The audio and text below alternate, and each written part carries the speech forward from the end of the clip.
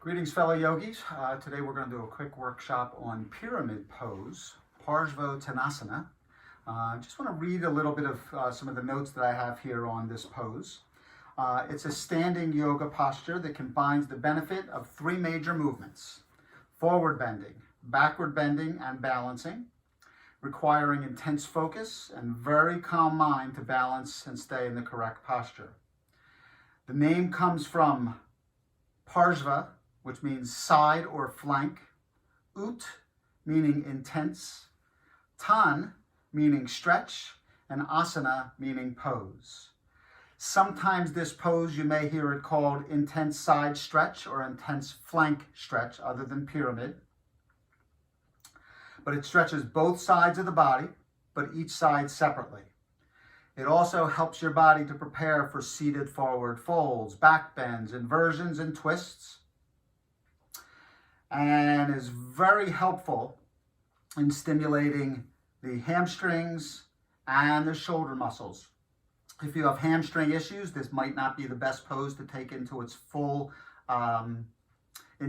version, but otherwise it's going to help to stimulate the abdominal organs, which also helps to improve digestion. So we're going to do one side from this side and one side from the front. So, starting at the top of the mat, actually starting at the middle of your mat. Let's face the wall. Starting from the middle of the mat, let's take the right foot forward about 3 feet. Right foot forward about 3 feet. Okay? Left foot turns to about 60 degrees. Right foot is, toes are facing the wall in front of you. Now, one thing we want to do here, we want both hips to be on the same plane. So notice that her left hip is not rolled back. If you can't get your left hip up all the way to be even, then bring that left foot out to the side of the mat ever so slightly. Go ahead, do that. And that should allow you to bring those hips into a nice line here. Now, this is a hamstring stretch on the right side, but we're going to be balancing on the left side here just as well. So, on our inhale, we're going to bring our arms behind our back. You can grab your elbows if you can reach. If you can't reach your elbows, you can grab your forearms. If you can't grab your forearms, you can grab your wrists. If grabbing your elbows is something that you have in your practice, and you can go into reverse namaskar by bringing your palms together into prayer, into the middle of the back, you can do that also. So there are 4 different placements for your hand depending upon the openness of your personal shoulder joint. Amelia is going to come and use the holding the elbows. On the inhale, you're going to grow tall and bring the shoulders back towards one another. You're opening the chest here, the pectoralis muscles. You're rolling the shoulders out externally, and you're bringing the shoulder blades together so that if I had a pencil and stuck it between your shoulder blades, you would be able to pinch that pencil in there. Now, this posture keeps your spine in extension. So, inhale, grow tall. Right leg stays strong. Exhale, begin to lead with your chin and make your way down to 90 degrees. Holding here. Head is up, chin is up, back is flat. Now, a lot of times we'll see people drop their head and roll over like that. That is not pyramid posture. Although you might feel that stretch in the hamstring, and you're pressing the left heel into the mat, so you're getting hamstring on both sides. If you're rolling the shoulders down and curving the spine, you're now in spinal flexion, and we want you to be in spinal extension. Now, just by being here in a 90-degree posture, chest parallel to the floor, she should really be feeling that stretch in that right hamstring and in that left calf muscle.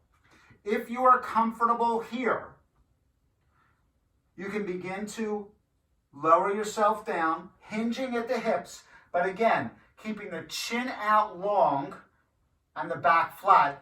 trying not to allow the shoulders to come down. You're still externally rotating the shoulders, pinching that pencil, holding that posture, pressing into the left heel, pressing into the sole of the foot for 3, for 2, for 1, and then begin to make your way up slowly with a flat back and step the feet together. So I got a really good tip on this one once. Go for it. Okay, get us back into the posture before we bend down. Okay, so now the left foot will come forward. Toes of the left foot forward. Right foot, I guess about 60 degrees or so. Again, you want both hips facing forward. So if my right hip is back now, I need to roll that hip forward. So I'm putting an imprint of both hip pointers onto the wall in front of me. So this is where I got the tip. Go. So arms out. So I got this tip that what I always do in class is I put my arm forward, the hip that tends to go backwards.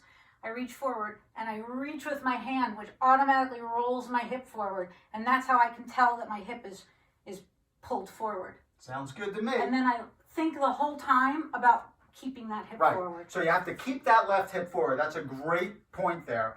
And when you do that, if you bring your right hand forward, you'll see that if your hip is way back on the left side here, that right arm is going, or if your hip is back, well, I'm in the opposite side. That's why it was weird. But if I put my hands out and my left hand is way behind my right hand, that means my left hip is way behind my right hip. So I can roll that hip forward and that will bring both hands together, just like she said. If that's difficult, you can step that foot out a little bit to the side and that'll give you a little bit of rotation. Okay, so now her legs are in great position, her hips are in great position, she's grabbing her elbows. Now in class, I typically tell people if you grab the elbows the first time, grab elbows the second time, but maybe reverse the grip that you have so that everything's balanced. It'll feel weird. I actually call it a weird grip. Inhale, grow tall. Exhale, leading with the chin, pressing into the right foot, pressing into the left heel. Make your way down to 90 degrees.